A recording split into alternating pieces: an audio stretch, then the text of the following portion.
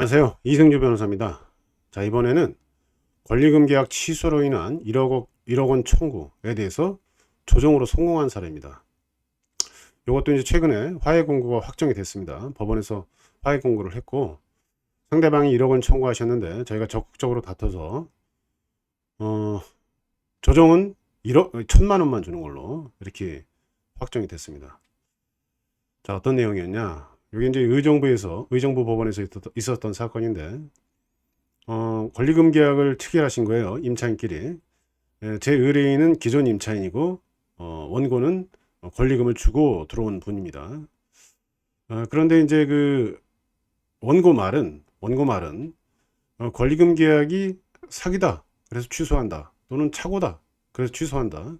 그러니까 1억 원을 돌려줘라. 아니면은 감액을 해줘라. 이런 청구인데, 이 감액의 근거가 좀 불명했었습니다. 제가 이제 그런 것도 문제를 제기했고, 그 다음에 사기 취소다 이렇게 주장을 하셨는데, 계약서를 볼 때는 그렇게 보이질 않습니다. 그래서 저희가 이제 어떤 주장을 했냐면은, 이 권리금이라는 게 이제 크게 세 가지 요소로 구성이 되어 있습니다. 매출에 대한 거, 그 다음에 그 위치에 대한 거, 바닥 권리금이죠. 매출은 이제 영업 권리금을 말하고, 그 다음에 시설에 대한 시설 권리금 이렇게 있는데, 원고 쪽에서는 그 시설과 매출에 대해서 속였다 이렇게 주장을 하시는데, 이 권리금 요소를 갖고 이제 들어오셨는데, 실제 계약서 특약을 보면 시설이나 매출이 중요한 요소가 아니었습니다. 계약서를 보면 애견 카페를 원하셨는데 해당 장소가 너무 좋았던 거예요. 다른 지역에 비해서. 그러다 보니까 특약에는 매출이나 시설 이런 거 전혀 언급 없이 특약에는 애견 카페로 쓸 수 있어야 된다는 취지죠. 애견 운동장으로 그 주차장을 일부 변경할 건데 임대인 동의가 필요하고, 임대인 동의 없으면 권리금 계약을 깰 수 있다. 이 정도만 들어가 있어요. 그 다음에 특약에 중도금 지급하고 나서는 공동 운영한다. 이 공동 운영하는 건 뭡니까? 이 판사님도 지적을 하셨는데 매출을 확인할 수 있었다는 거죠. 그래서 이 매출을 가지고 매출을 속였다 이런 취지는, 매출을 저희가 속인 것 같지도 않고요. 일단은 그 중도금 지급 이후에 또 실제 공동으로 운영한 것 같고, 판사님이 중간에 그래서 이런 문제를 지적하시면서 재판을 좀 조기에 종결시키려고 하셨는데, 이제 그 도중에 화해 공고 한번 내려보는 게 어떠냐 그래서 저희가 알았다 이렇게 했고요.